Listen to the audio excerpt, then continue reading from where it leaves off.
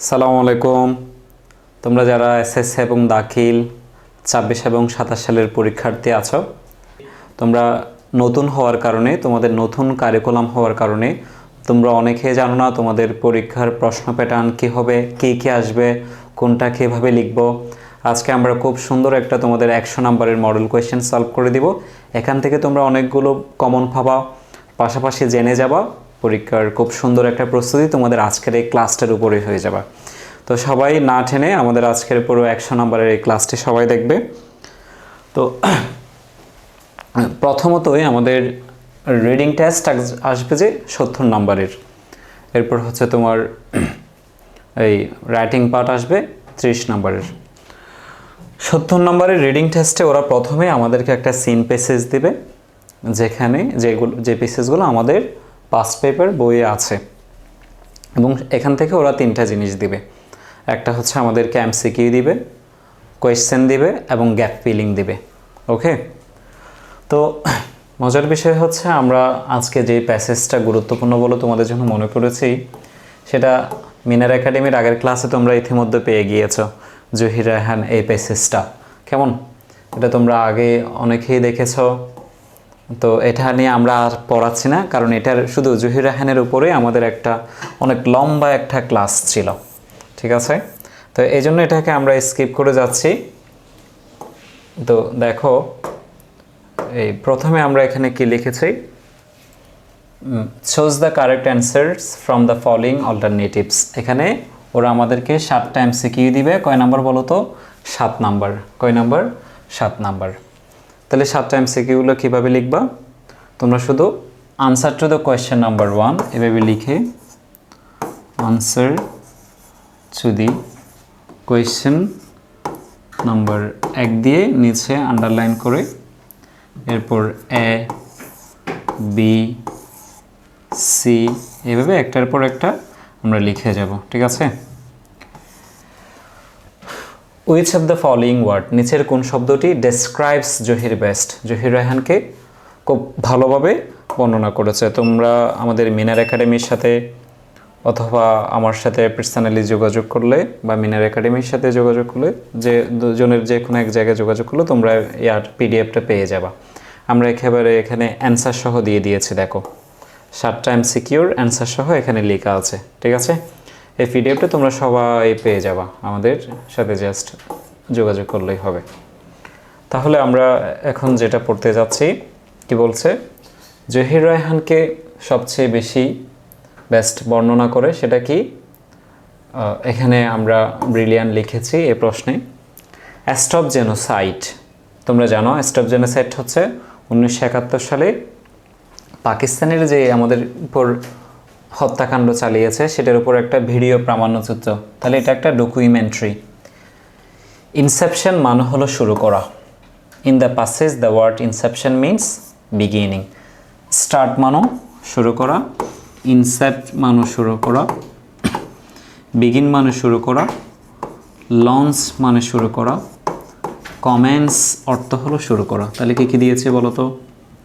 Incepta, begin, start, launch, commence, এগুলোর অর্থ কি? শুরু করা। What is the main theme of the passage, এই প্যাসেজের মেইন থিম কি? অ্যাবাউট জহিরস কন্ট্রিবিউশন, জহির রায়হানের কি নিয়ে? জীবনী নিয়ে, কন্ট্রিবিউশন, অবদান নিয়ে। About Zahir's contribution. Zahir Raihan in the liberation war, Zahir Raihan liberation ওয়ারে কী করেছিল? অংশগ্রহণ করেছিল। অংশগ্রহণ করা ইংরেজি কি? টেক পার্ট, কিন্তু এখানে টুক হয়েছে, তো অনেক আগের কথা, অতীতের কথা। দ্য ফিল্ম জীবন থেকে নেওয়া, জীবন থেকে নেওয়া ইজ এ সিম্বল, এটা কিসের প্রতীক? রিভল্ট, প্রতিবাদ, অ্যাগেইনস্ট, বিরুদ্ধে, অটোক্র্যাটিক গভর্নমেন্ট, পাকিস্তানি সরকারের বিরুদ্ধে প্রতিবাদ হিসেবে সে একটা ছবি বানিয়েছে যার নাম কি? জীবন থেকে নেওয়া। জীবন থেকে নেওয়া বেসড অন, জীবন থেকে নেওয়া এটা কিসের উপর গড়ে উঠেছে? ল্যাঙ্গুয়েজ মুভমেন্ট, ভাষা আন্দোলনের উপরে। তাহলে এমসিকিউ কীভাবে লিখবে আমরা এখানে লিখে দিয়েছি, দেখো এই যে আমরা এখানে এভাবে, যেখানে উপরে কি লিখবা? Answer to the question number 1 দিয়ে এ থেকে জি পর্যন্ত এভাবে লিখে ফেলবে অ্যান্সারগুলো, ঠিক আছে? এরপর কি লিখবা, অ্যান্সার দ্য ফলোইং কোয়েশ্চেন্স, প্রশ্নগুলোর উত্তর দাও ইন ইউর ওন ওয়ার্ডস, তোমার নিজের ভাষায়। 5টা প্রশ্ন দিবে, কয় নাম্বার বলো তো? 10টি নাম্বার এখানে। কেমন? তোমরা এমসিকিউগুলো কীভাবে অ্যান্সার করবা, তারপর হচ্ছে তোমার এই যে প্রশ্নগুলো কীভাবে অ্যান্সার করবা, এগুলোর জন্য আমাদের আলাদা ভিডিও আসতেছে, তোমরা মিনার একাডেমিতে চোখ রাখবা। তাইলে ঠিক একই পেসেজ থেকে আমাদের করা 5টা প্রশ্ন দিবে। কয়টা? 5টা প্রশ্ন দিবে। 5টা প্রশ্ন আমাদেরকে লিখতে হবে। Who is Zahir Raihan? জহির রায়হান কে? আমাদের পেসেজের প্রথমেই লেখা আছে Zahir Raihan was one of the most talented film makers in Bangladesh. কোথায় লেখা আছে বলো তো? আমাদের জহির রায়হান প্যাসেজের প্রথম লাইন হচ্ছে এই প্রশ্নের উত্তর। তাহলে তোমাদের একটা কথাও নিচ থেকে লিখতে হচ্ছে না। কি করবা? Who is Zahir Raihan? জহির রায়হান কে? Zahir Raihan was one of the most talented film makers in Bangladesh. Okay. Why? কেন? Did Zahir leave home? Zahir Raihan কেন গড় ত্যাগ করেছে? 30 ডিসেম্বর 1971 সালে Zahir Raihan was informed from an unknown source that he could get his back brother. 1971 সালের 30 ডিসেম্বর জহির রায়হানকে কেউ খবর দিয়েছে যে সে তার ভাইকে খুঁজে পেতে পারে। তার ভাইয়ের নাম কি? শহীদুল্লাহ কায়সার, যে মিরপুরে ছিল, যে ক্যাপচার আটক হয়েছে পাকিস্তানি সেনাবাহিনীদের দ্বারা। So he left home to get his brother back from them. তাই সে গিয়েছিল, গড় থেকে বের হয়েছিল মূলত তার ভাই শহীদুল্লাহ কায়সারকে ফিরিয়ে আনতে। কেমন? Who was Shahidullah Kaiser? শহীদুল্লাহ কায়সার কে? Shahidullah Kaiser was the sibling of Zahir Raihan. আমরা জানি জহির রায়হানের আপন ভাই ছিল কে? শহীদুল্লাহ কায়সার। সে ছিল বাংলাদেশি নোবেলিস্ট, ঔপন্যাসিক অ্যান্ড রাইটার এবং লেখক। এগুলো সব ইনফরমেশন আমরা পেসেজেই পড়েছি না? At the end of the liberation war of 1971, 1971 সালের স্বাধীনতা যুদ্ধের শেষের দিকে Pakistani army and its local collaborators capture and kill him. তাকে আটক করেছে এবং হত্যা করেছে। হি নেভার রিটার্ন, সে কখনো ফিরে আসেনি। নর was his body ever found, এবং তার শরীরও, মৃত শরীরও কোথাও খুঁজে পাওয়া যায়নি। ওকে। তাহলে এখানকার যে ইনফরমেশনগুলো, এগুলো সব আমরা প্যাসেজটা পড়লেই তোমরা বুঝতে পারবা। জহির রায়হানের আগে একটা আমরা প্যাসেজ দিয়েছি যেখানে এমসিকিউ, কোয়েশ্চেন, গ্যাপ ফিলিং সব আমি খুঁটিনাটি বুঝিয়েছি। ঠিক আছে, তোমরা ওই প্যাসেজটা দেখে ফেলবা। এরপর হচ্ছে কি, what was the effect of Stop Genocide? Stop জেনোসাইডের প্রভাবটা কি? মূলত স্টপ জেনোসাইডটা যখন, এই ডকুমেন্টারিটা যখন জহির রায়হান পুরো পৃথিবীতে দেখিয়েছিলেন, পুরো পৃথিবীর মানুষরা আমাদের পক্ষে সাপোর্ট দিয়েছিলেন, আমাদের মুক্তিযুদ্ধের পক্ষে সাপোর্ট দিয়েছিলেন। তাহলে কি লিখেছে? Stop genocide is a liberation war based documentary film by Zahir Raihan. তাহলে স্টপ জেনোসাইড হচ্ছে এই লিবারেশন ওয়ার, স্বাধীনতা যুদ্ধ ভিত্তিক একটা প্রামাণ্যচিত্র, যেই ছবিটি জহির রায়হান বানিয়েছে। It was a great documentary on Pakistani atrocities. এটি পাকিস্তানি সরকারের স্বৈরাচারীর উপর একটা ডকুমেন্টারি প্রামাণ্যচিত্র। It help to create world sentiment. এটি সহযোগিতা করেছে টু ক্রিয়েট, সৃষ্টি করতে, ওয়ার্ল্ড সেন্টিমেন্ট, পৃথিবীর সমর্থন, ইন ফেভার, পক্ষে, অফ আওয়ার লিবারেশন ওয়ার, আমাদের স্বাধীনতা যুদ্ধের পক্ষে। তোমরা জানো যখন পৃথিবীতে দুইটা দেশে যুদ্ধ হয়, পুরো পৃথিবীর কিছু দেশ দুই দলের পক্ষে ডিভাইডেড হয়ে যায়। কেমন? তো আমাদের দেশের পক্ষে অনেকেই ছিল, আমাদের দেশ পাকিস্তানের পক্ষে অনেকেই ছিল, কিন্তু স্টপ জেনোসাইডটা দেখার পরে আমাদের দেশের পক্ষে অনেকের সেন্টিমেন্ট আমাদের দেশের মুক্তিযুদ্ধের পক্ষে চলে আসছিল।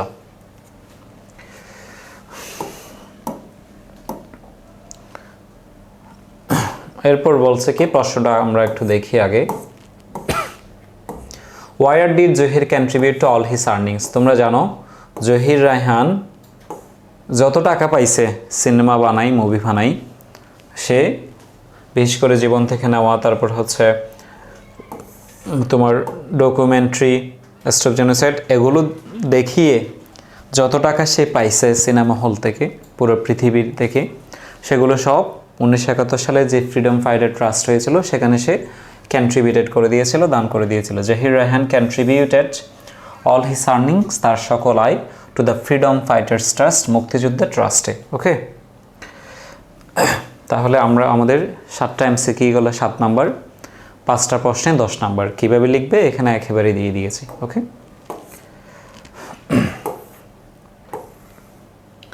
এরপর বলছে কি দেখো, গ্যাপ ফিলিং। এখানে 5টা গ্যাপ আছে, 5 number.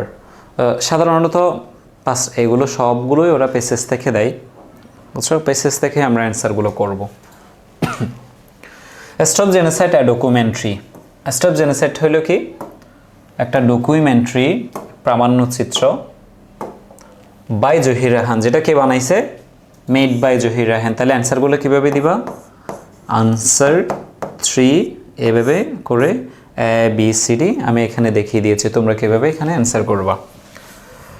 Stop genocide made by Zahir Raihan created a sentiment worldwide so that the people might, যেন লোকজন, the liberation war of Bangladesh.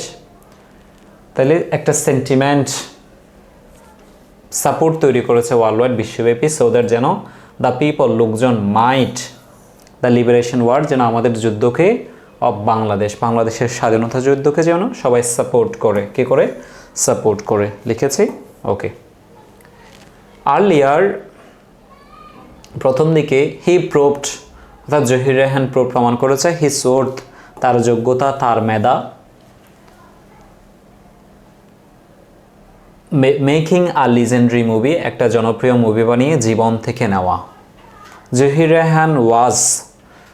Raihan ছিল as a film of a democratic society.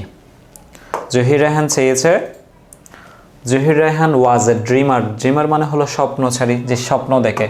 তাহলে জহির রায়হান কেমন স্বপ্ন দেখেছে বলো তো? জহির রায়হান ওয়াজ এ ড্রিমার ডেমোক্রেটিক সোসাইটি, একটা গণতান্ত্রিক সমাজে সে স্বপ্ন দেখেছে। But it is a matter of great regret that, কিন্তু এটা একটি দুঃখের বিষয় যে দিস ড্রিমার, এই স্বপ্নচারী, ডিসঅ্যাপিয়ার্ড, গুম হয়ে গিয়েছিল, অথবা মিসিং দিতে পারবা। একটা মজার কথা বলি তোমাদের, এই 3 নাম্বার গ্যাপ ফিলিং কিন্তু তুমি অনেক রকমের অ্যান্সার দিতে পারবা। তুমি পেসেজটা ভালো করে পড়লেই, জহির রায়হান পেসেজটা তো আমি এর আগে একটা ক্লাসে পড়িয়েছি, তোমরা মিনার একাডেমির ওখানে প্লে লিস্টে দেখবা। পেসেজটা পড়লে তোমরা যে কেউ অ্যান্সার দিতে পারবা। এবং আরও মজার বিষয় হইল, এখানে এক্স্যাক্টলি একজনের উত্তর এক এক রকম হইতে পারবে, এখানের সাথে ম্যাচ হইতে হবে আর কি, ঠিক আছে? ডিসঅ্যাপিয়ারের জায়গায় তুমি ম্যাচিং দিতে পারো, যেমন এখানে সাপোর্টের জায়গায় তার ট্যালেন্ট, ক্যাপাসিটি, অ্যাবিলিটি অনেক রকম দিতে পারবা। ওকে, তাহলে অ্যান্সারগুলো কীভাবে লিখবে এখানে দেখিয়ে দিয়েছি।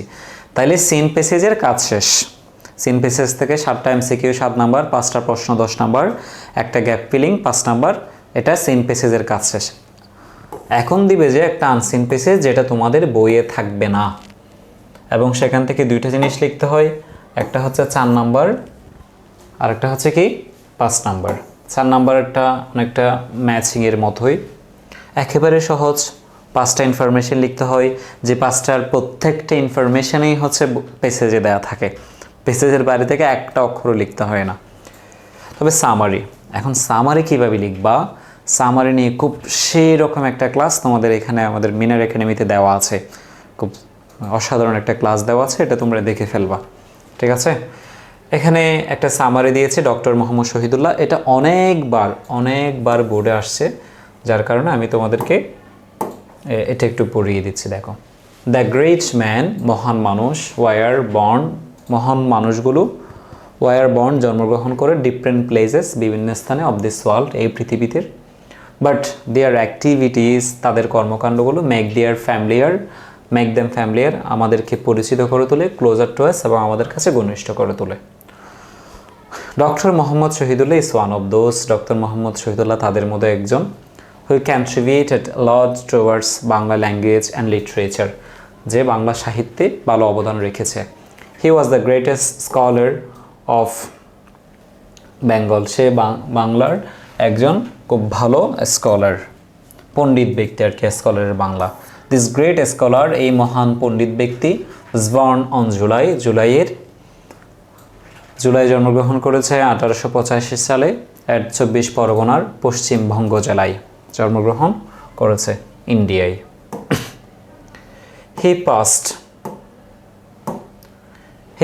সে পাস করছে এন্ট্রান্স এক্সামিনেশন, প্রবেশিকা পরীক্ষা, এসএসসি পরীক্ষা আর কি, আমরা যেটাকে এখন এসএসসি বলছি এটাকে তো আগে মেট্রিক বলতো, এর আগে এন্ট্রান্স বা প্রবেশিকা বলতো। অর্থাৎ জ্ঞানের রাজ্যে আমরা শুধু সবেমাত্র প্রবেশ করছি এরকম। 1904 সালে এবং অবটেইন অর্জন করেছে BA degree, bachelor of arts degree 6 years later, 6 বছর পরে। ইট টুক হিম 2 years, তার আরও 2 বছর লেগেছে to complete his MA master of arts degree, another 2 years for his bachelor of law degree. এরপর সে আবার 2 বছর ল পড়েছে। He later join the university of Dhaka. সে কোথায় জয়েন করেছে বলো তো? ইউনিভার্সিটি অফ ঢাকাতে জয়েন করেছে 1921 সালে as a professor of Sanskrit and Bangla, Bangla এবং সংস্কৃতির প্রফেসর হিসেবে। হি ওয়াজ অ্যাওয়ার্ডেড, সে পুরস্কৃত হয়েছে দ্য ডক্টরেট ডিগ্রি। কি পুরস্কৃত পেয়েছে? ডক্টরেট ডিগ্রি দ্বারা অ্যাওয়ার্ডেড হয়েছে ফ্রম সরবর্ন ইউনিভার্সিটি, প্যারিস 1928 সালে।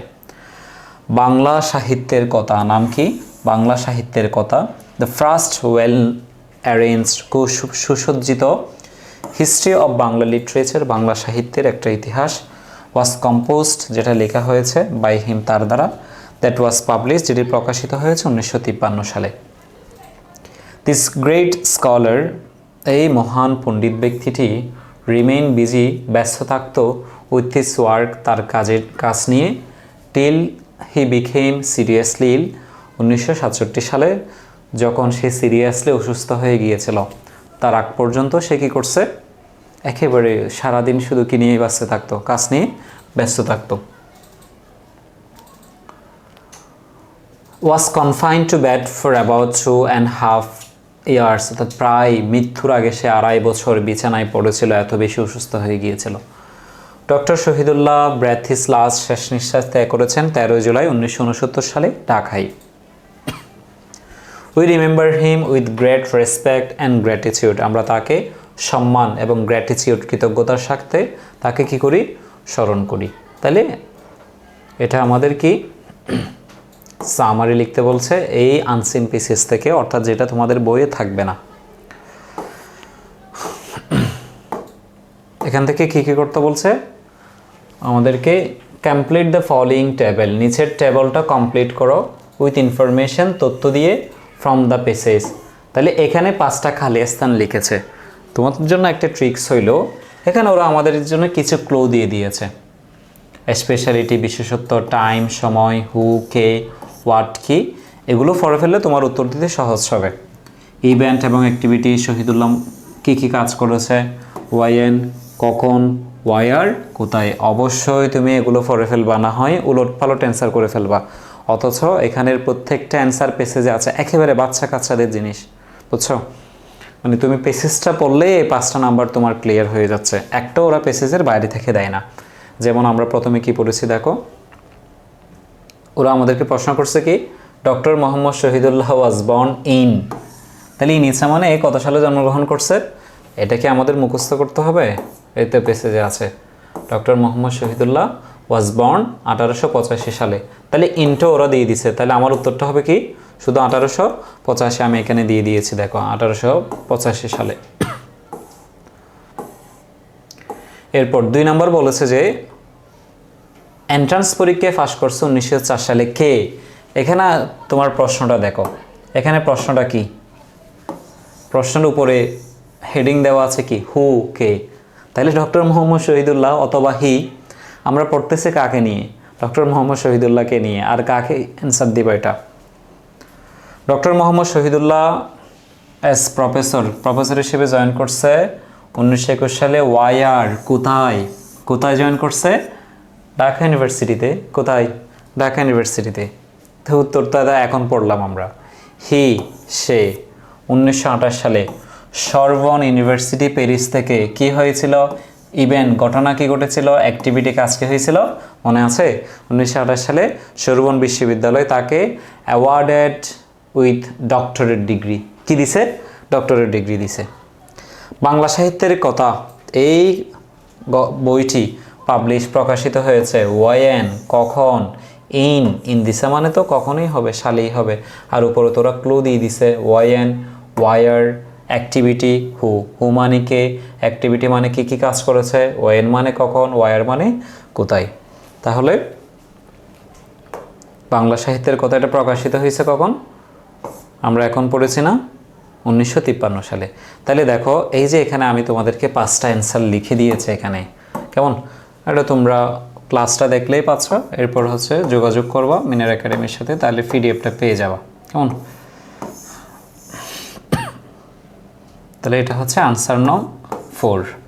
এই যে দেখো অ্যান্সার দিয়ে এখানে অ্যান্সার সহ লিখে দিয়েছি তোমাদের জন্য, এভাবে অ্যান্সারগুলো লিখবা, ঠিক আছে? এবং এখান থেকে যে 5টা অ্যান্সার দেখতেছ, বলো তো আমাকে, এখানে কি একটু পেসেজের বাইরে ছিল? সব এখান থেকে ছিল, একেবারে বাচ্চা কাচ্চাদের একটা টপিক সেটা। 1 নাম্বার কি বলছে? Write a summary of the passage in your own words. নিজের ভাষায় একটা সামারি লিখো। সামারিতে কিন্তু কয় নাম্বার? 10 নাম্বার। তোমরা 10-এ 10 পাও মতো একটা সামারি আমাদের এই মিনার একাডেমিতে অনেক আগেই দেওয়া আছে, তোমরা সেটা তোমাদেরকে অবশ্যই দেখে ফেলতে হবে। যদি এই পেসেজটা আসে, খুব 10-এ 10 পাওয়ার মতো করে একটা সামারি আমি এখানে লিখে দিয়েছি, তোমরা স্ক্রিনশটও নিয়ে ফেলতে পারবা, অথবা বলেছি আমাদের সাথে যোগাযোগ করলে তো তোমরা এগুলো পেয়ে যাচ্ছ। এরপর দেখো আমরা যাচ্ছি 6 নম্বরে। 6 নম্বরে কী আসবে? Match the parts of sentences. এখানে 3টা সেন্টেন্স 3 আকারে দিয়েছে, ওকে, মানে ভাগ করে দিয়েছে column A, column B, column সিতে। পার্টস অফ সেন্টেন্স, বাক্যের অংশগুলো গিভেন দেওয়া হয়েছে কলাম এতে, বিতে অ্যান্ড সিতে। টু রাইট 5 সেন্টেন্সেস, এখান থেকে মিলেই 5টি সেন্টেন্সেস লিখবা 5 নাম্বার, ওকে। তাহলে এখানে দেখো অ্যান্সারগুলো কীভাবে লিখবা তোমরা, এখানে 5টা। তাহলে প্রথমে কীভাবে লিখবা আমি দেখাই তোমাদেরকে। তাহলে প্রথমত লিখবা answer to the matching sentences অথবা আনসার টু দ্য কোয়েশ্চেন নং 6। তাহলে প্রথমে আমাদের আগে আসতেছে এ নাম্বার, এরপর 4 নাম্বার, এরপর 2 নাম্বার, ওকে। দিয়ে কি করতে হবে? এতটুকু দিলে কিন্তু তোমাকে নাম্বার দিবে না, তোমাকে এবার পুরো সেন্টেন্সটা লিখে দাও। আমাদের পুরো সেন্টেন্স কি? Price hike has added. Price hike দ্রব্যমূল্যের ঊর্ধ্বগতি, হ্যাজ অ্যাডেড যুক্ত করেছে, এরপর 4 নাম্বার। এ নিউ ডাইমেনশন নতুন মাত্রা, এরপর 2 number. To the problems of Bangladesh, বাংলাদেশে তো এমনি অনেক সমস্যা, প্রাইস হাইক আরও বেশি সমস্যা যুক্ত করেছে। তাহলে পুরোটা এবার এখানে তোমাকে লিখে দিতে হবে। তাহলে প্রথমে এ নাম্বারে কী ছিল? Price hike,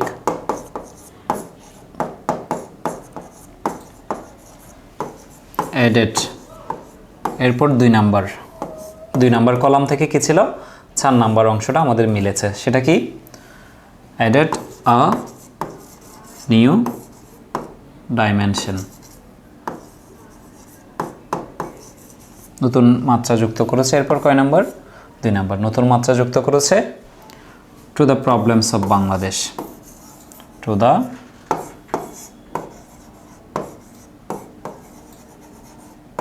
problems of Bangladesh. তাহলে এভাবে তোমাদের কি করতে হবে বলো? পুরো সেন্টেন্সটা লিখে দিতে হবে। এরপর বি নাম্বার লিখবা, এখানে আনসার লিখে দিবা, এটা লিখে আবার অ্যান্সার তোমরা পাশাপাশি লিখবা, কেমন? এভাবে পাশাপাশি, নিচে লিখবা, একটার পর একটা লিখবা আর কি, না হয়তো জায়গা সংকুলন হবে না। আমি এখানে পাশাপাশি লিখেছি, তোমরা কি করবা? তাহলে প্রথমে এ, দ্বিতীয় কলাম থেকে 4, তৃতীয় কলাম থেকে 2, উত্তর এটা দিয়ে দিয়েছি। এরপর তিনটা মিলিয়ে তোমাকে একটা সেন্টেন্স তৈরি করে দিতে হবে, ওকে। তাহলে আমরা যদি এটা একটু পড়ে ফেলি, এরপর কি B1-5 এটা মিলাই ফেলি দেখি আমরা। তাইলে দেখো price hike is cost by, price hike গোটে 1 নম্বরে যাও এবার। Short supply of commodities, short supply কম যোগান অফ কমোডিটিস দ্রব্যমূল্যের, এরপর কয় নাম্বার? 5 নাম্বার। অ্যান্ড ইনফ্লেশন এবং মুদ্রাস্ফীতির কারণে। তাহলে প্রাইস হাইক ঘটে কিসের কারণে? প্রাইস হাইক দ্রব্যমূল্যের ঊর্ধ্বগতি, কস্ট ঘটে শর্ট সাপ্লাই অফ কমোডিটিস দ্রব্যমূল্যের কম যোগানের জন্য, এবং 5 নম্বর কি বলছে? অ্যান্ড ইনফ্লেশন মুদ্রাস্ফীতির জন্য, কেমন? তাহলে B1-5 লিখে পুরো সেন্টেন্সটা এখন যেটা বলেছি সেটা লিখে দিবা। এরপর C5-3, কেমন? সি নাম্বারে কি বলছে? দ্য ভাস্ট মানে অনেক, বিশাল, হিউজ, মেজরিটি অনেক পরিমাণে, আর হার্ট কঠোর, হিট করে। সি এর সাথে কি মিলতেছে? 5 number, by the hike in prices, দ্রব্যমূল্যের ঊর্ধ্বগতি বাড়িয়ে দেয়। 3 নাম্বার, অফ ডেইলি নেসেসিটিস, তাহলে আমাদের দৈনন্দিন প্রয়োজনীয় জিনিসগুলোর দাম বেড়ে যাওয়াই হলো দ্রব্যমূল্যের ঊর্ধ্বগতি। এরপর কয় number? 4 number, it is very difficult, এটি খুবই কঠিন। ডি এর সাথে কত দিয়েছে দেখো? 3। For the fixed income group of people, নির্দিষ্ট আয়ের মানুষের জন্য এটি খুবই কঠিন। কত? 4 number. To meet up, meet up মানে হলো চাহিদা মেটানো। মিট আপ মানে কি? চাহিদা মেটানো। দ্য এক্সেসিভ লোড, অতিরিক্ত বোঝার চাহিদা, অতিরিক্ত দামের চাহিদা মেটানো আমাদের যাদের ফিক্সড ইনকাম এদের জন্য খুবই ডিফিকাল্ট হয়ে যায়। শেষটা কি? প্রাইস হাইক লিডস টু, দাবিত করে নিয়ে যায়, প্রাইস হাইক আমাদেরকে দাবিত করে নিয়ে যায় ওয়াইড স্প্রেড, ব্যাপক পরিমাণে করাপশন, দুর্নীতির দিকে, মোরাল ডিগ্রেশন, নৈতিক অধপতনের দিকে নিয়ে যায়। ঠিক আছে, তাহলে এখানে কোনো গ্রামেটিক্যাল কিছু নাই, রুলস নাই, জাস্ট তোমরা 10-15টা বিগত বছরের বোর্ড প্রশ্ন ম্যাথিং প্র্যাকটিস করলেই তোমরা কি করতে পারবা? বোর্ড পরীক্ষায় অ্যান্সার করতে পারবা। এরপর দেখো রিঅ্যারেঞ্জ, অ্যারেঞ্জ মানে সাজানো আছে অলরেডি, আর রিঅ্যারেঞ্জ মানে পুনরায় আমাদেরকে সাজাতে হবে, অর্থাৎ এরা 8টা বাক্য এলোমেলো করে দিয়েছে। দেখো রিঅ্যারেঞ্জের ট্রিক্স দিয়ে আমি তোমাকে বলতে পারি, কিছু ট্রিক্স আছে, একটা অথবা 2টা অ্যান্সার করতে পারবা, কিন্তু মূল ব্যাপারটা হলো তোমাকে গল্পটা বাংলায় বুঝতে হবে, তোমাকে বাংলা অর্থসহ গল্পটা তোমাকে বুঝে মনে রাখতে হবে কোনটার পর কি হবে। কিছু ট্রিক্স আছে এই রিঅ্যারেঞ্জের, কোনটা আগে হবে, যেমন once, one day, once upon এ টাইম, ব্যক্তির নাম এগুলো আগে হয়, এরপর ব্যক্তির অর্জন, এরপর প্রথমে তার জন্মসাল, এরপর অর্জন, কি পুরস্কার সে পেয়েছে, এরপর তার ফ্যামিলি, এরপর তার মৃত্যু, এগুলো নিয়ে। তবে বলেছি তোমাদেরকে এগুলো দিয়ে আমরা হয়তো একটা অথবা 2টা অ্যান্সার করতে পারি। মেন ব্যাপারটা হচ্ছে কি আমাদেরকে অর্থগুলো বুঝতে হবে। এরপরও রিঅ্যারেঞ্জের উপর কীভাবে তোমরা রিঅ্যারেঞ্জ, অনেকেই মুখস্থ থাকে না, মনে থাকে না, কীভাবে তোমরা অ্যান্সার করতে পারবা একটা ট্রিক্স নিয়ে রিঅ্যারেঞ্জের উপরে আমাদের মিনার একাডেমি থেকে ভিডিও তোমরা পাবা। এখন তোমরা কিভাবে অ্যান্সার করবা সেটা আমি একটু দেখাই দিচ্ছি তোমাদেরকে। আমাদেরকে কি বলছে দেখো, force the following parts of the story in correct order to make the whole story. নিচের সেন্টেন্সগুলোকে কারেক্ট অর্ডার, সুন্দরভাবে সাজাও, একটা হোল স্টোরি, একটা গল্প বানাও। Only the corresponding numbers of the sentences need to be written. Only the corresponding numbers of the sentences need to be written. Okay, তাহলে কি বলছে দেখো, এটা তোমার কোথায় কোথায় আসছে লিখে দিয়েছে দেখো তো।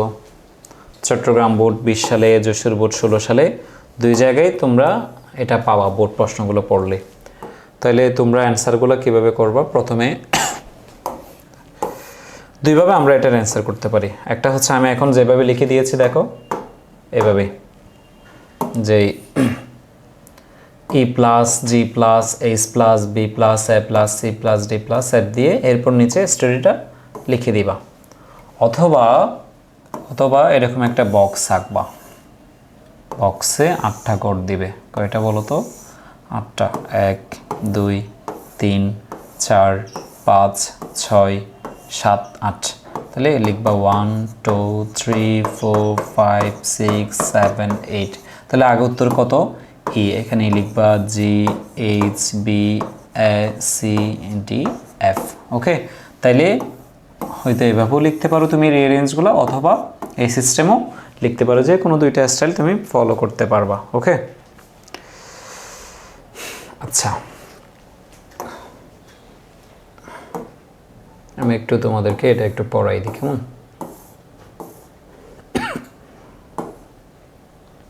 প্রথমে ই নাম্বার, কয় নাম্বার বলো তো? E number.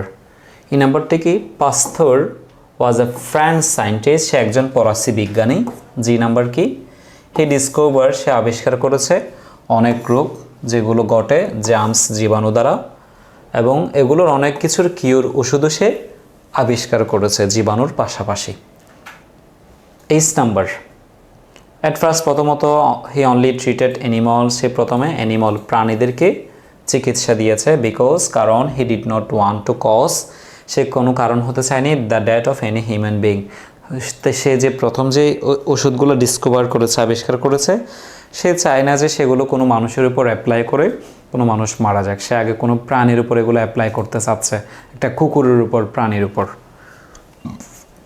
এরপর B number, he found a mad dog, সে একটা পাগল কুকুরকে বের করেছে। ইনজেক্টেড সাম উইক জার্মস, কিছু দুর্বল জীবাণু, অফ ইটস ডিজিজ, রোগীর, ইনটু ব্লাড, কিছু রোগের জীবাণু এই পাগল কুকুরের ব্লাডের মধ্যে ইনজেকশন করে দিয়েছে, ঢুকিয়ে দিয়েছে। এ নাম্বার, দ্য ডগ ওয়াজ কিউরড, পরে দেখতেছে যে রুগীটা সে যে ওষুধ বের করেছে এটার মাধ্যমে পাগল কুকুরটা কি হয়ে গেছে, সুস্থ হয়ে গিয়েছে।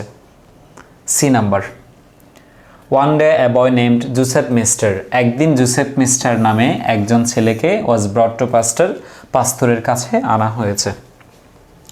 হি had been bitten by a mad dog, যাকে এক পাগল কুকুর কামড়িয়েছে। এরপর F number, Pasteur gave him some injection, Pasteur তাকে কিছু ইনজেকশন দিছে। And the boy did not get dogs disease, এবং কুকুরে কামড়ালে যে রোগগুলো হয় সাধারণত সে ছেলের মধ্যে আর সে রোগগুলো দেখা যায়নি।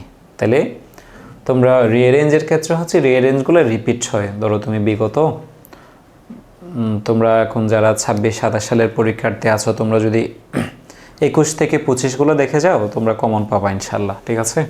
সেখান থেকে বোর্ডগুলো কমন পাবা তোমরা।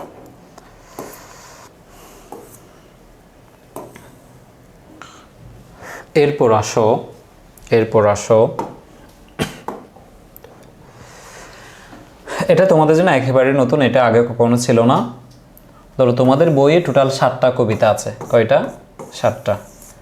এই 7টা কবিতা থেকে অথবা তোমাদের সিলেবাসে যেগুলা স্যারেরা ফিক্সড করে দিয়েছে সেখান থেকে ওরা টোটাল 8টা প্রশ্ন আমাদেরকে দিবে, কিন্তু আমাদেরকে লিখতে হবে কয়টা? 5টা। বলেছি এক কবিতা থেকে কিন্তু সব দিবে না, হয়তো 8টা কবিতা থেকে 8টা দিতে পারে, বা 5টা থেকে 8টা দিতে পারে, 6টা থেকে 8টা দিতে পারে, 4টা থেকে 8টা দিতে পারে, তবে একটা কবিতা থেকে দিবে না, অনেকগুলো কবিতা থেকে দিবে। তবে এই 8টা কবিতা থেকে তোমাকে লিখতে হবে যে কোনো 5টা, এবং 5টায় কয় নাম্বার? 10 নাম্বার। 5টা লিখতে হবে কয় নাম্বার? 10 নাম্বার। তোমাদের এই ক্লাসের পাশাপাশি আমরা তো আজকে একটা মডেল কোয়েশ্চেন সলভ করাচ্ছি। তোমরা অনেকেরই প্রবলেম কবিতা নিয়ে। আমরা আজকে তোমাদের আরেকটা ক্লাস দিব, যেটা হচ্ছে তোমাদের কবিতার উপরে যে যতগুলো পাস্ট পেপারে টোটাল টেক্সট বইয়ে, তোমাদের টেক্সট বইয়ে 7টা কবিতা আছে। আমরা সেই 7টা কবিতার উপর ক্লাস দিচ্ছি তোমাদেরকে। আজকে তোমরা পাবা পরীক্ষার আগে। তোমরা এগুলো সব দেখে ফেলবা, বন্ধুদের সাথে শেয়ার করবা, তোমাদের আর কি ক্লাস লাগে আমাদেরকে কমেন্ট করে জানাবা, ঠিক আছে?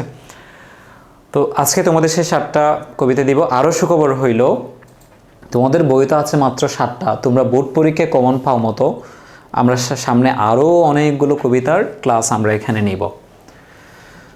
তাহলে দেখো এখানে আমি 8টা কবিতা দিয়েছি এবং প্রত্যেকগুলোর অ্যান্সার দিয়ে দিয়েছি। কেমন? যেমন প্রথমে বলা হয়েছে যে water books compare to in the poem, বইকে আমাদের কবি বইকে কী হিসেবে তুলনা করেছে? ওয়ার্ল্ডস অফ ওয়ান্ডার, একটা আশ্চর্যের পৃথিবী হিসেবে। আমি তো এখন কবিতা না পড়াই তোমাদেরকে, এগুলো পড়ালে বুঝবা না, জাস্ট কীভাবে লিখবা সেটা একটু তোমাদেরকে দেখিয়ে দিচ্ছি, ঠিক আছে? বলেছি এখানে 8টা কবিতা থাকবে, তুমি লিখবা কয়টা? যে কোনো 5টা, যে 5টা তুমি সবচেয়ে ভালো পারবা, যে কবিতাগুলো তোমার পড়া আছে ভালো করেই। এরপর তোমাদের বইয়ে অনেকগুলো স্টোরি আছে, যেমন মিস্টার মতি, রুজামন, a story of an hour, অর্থাৎ মিসেস ম্যালার্ট, মিস্টার ম্যালার্ট এদেরকে নিয়ে। তাহলে রুজামনটা আছে। তারপর আরেকজন হচ্ছে ঘূর্ণিঝড়ের মধ্যে পড়ছিল, এই ভারতের একটা বিশ্ববিদ্যালয়ে পড়তো যে সেই ছেলে, তার একটা আছে। আর একটা হচ্ছে কি এ পাউন্ড অফ ফ্ল্যাশ, এক টুকরা মাংস কেটে ফেলে যে অ্যান্টোনিওর যে ইয়াটা আছে, ভেসানিও, অ্যান্টোনিও, কেমন শাইলক, ওদের যে স্টোরি আছে, এগুলো সবগুলো তোমরা মিনার একাডেমিতে আস্তে আস্তে সবগুলো পাবা, ঠিক আছে? তোমরা এগুলো সবগুলো পেয়ে যাবা। আমি এখানে তোমাদেরকে জাস্ট এই কীভাবে লিখবা দেখো। ধরো ওরা তো প্রশ্ন দিবে তোমাদেরকে 8টা, এখন 8টা স্টোরি থেকে 8টা প্রশ্ন দিতে পারে, ঠিক আছে? এই জন্য সব স্টোরি, সব পোয়েম আমাদেরকে জানা থাকতে হবে, এবং সবগুলো তোমরা মিনার একাডেমিতে পেয়ে যাবা তোমাদের পরীক্ষার আগেই। তাহলে এখানে 8টা প্রশ্ন দিয়েছি, 8টা প্রশ্নের উত্তর আমি তোমরা কীভাবে লিখবে জাস্ট এটা দেখিয়ে দিয়েছি। তোমরা এর পরের ক্লাসগুলোতেই কবিতা এবং স্টোরির একেবারে অ্যানালাইসিস খুব সুন্দর করে পাবা, কেমন? এরপর আসো পার্ট বি রাইটিংয়ে। রাইটিংয়ের ক্ষেত্রে শুধু দুইটা জিনিস, একটা হলো স্টোরি আর একটা হলো ডায়লগ। আর মজার বিষয় হচ্ছে স্টোরিতে 15, যেটা আগে 10 ছিল, ডায়লগও আগে 10 ছিল, এখন 15। তো শুধু দুইটা জিনিস তোমাদের শিখলে হইল। এখন স্টোরির ক্ষেত্রে এরা প্রায় 4-5টা লাইন দিয়ে দেয়, সেটা অনুযায়ী তোমাদেরকে লিখতে হয়। তোমাদের দুই ধরনের স্টোরি আছে, একটা হলো ট্র্যাডিশনাল স্টোরি। আগে শুধু আসতো যে ট্র্যাডিশনাল স্টোরি।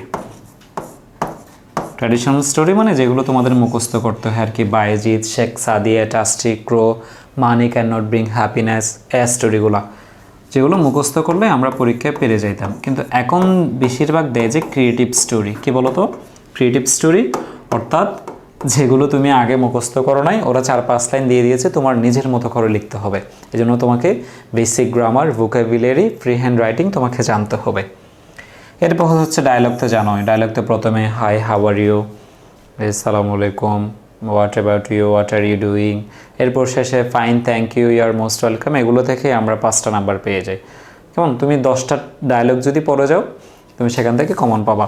এবং তোমাদের বার্ষিক পরীক্ষার জন্য টেস্ট পরীক্ষার পরেই তোমাদের এসএসসি এবং দাখিল বোর্ড পরীক্ষায় কমন পাওয়ার মতো আমরা খুব অসাধারণ একটা সাজেশন দিব, যেখান থেকে তোমরা কমন পাবা।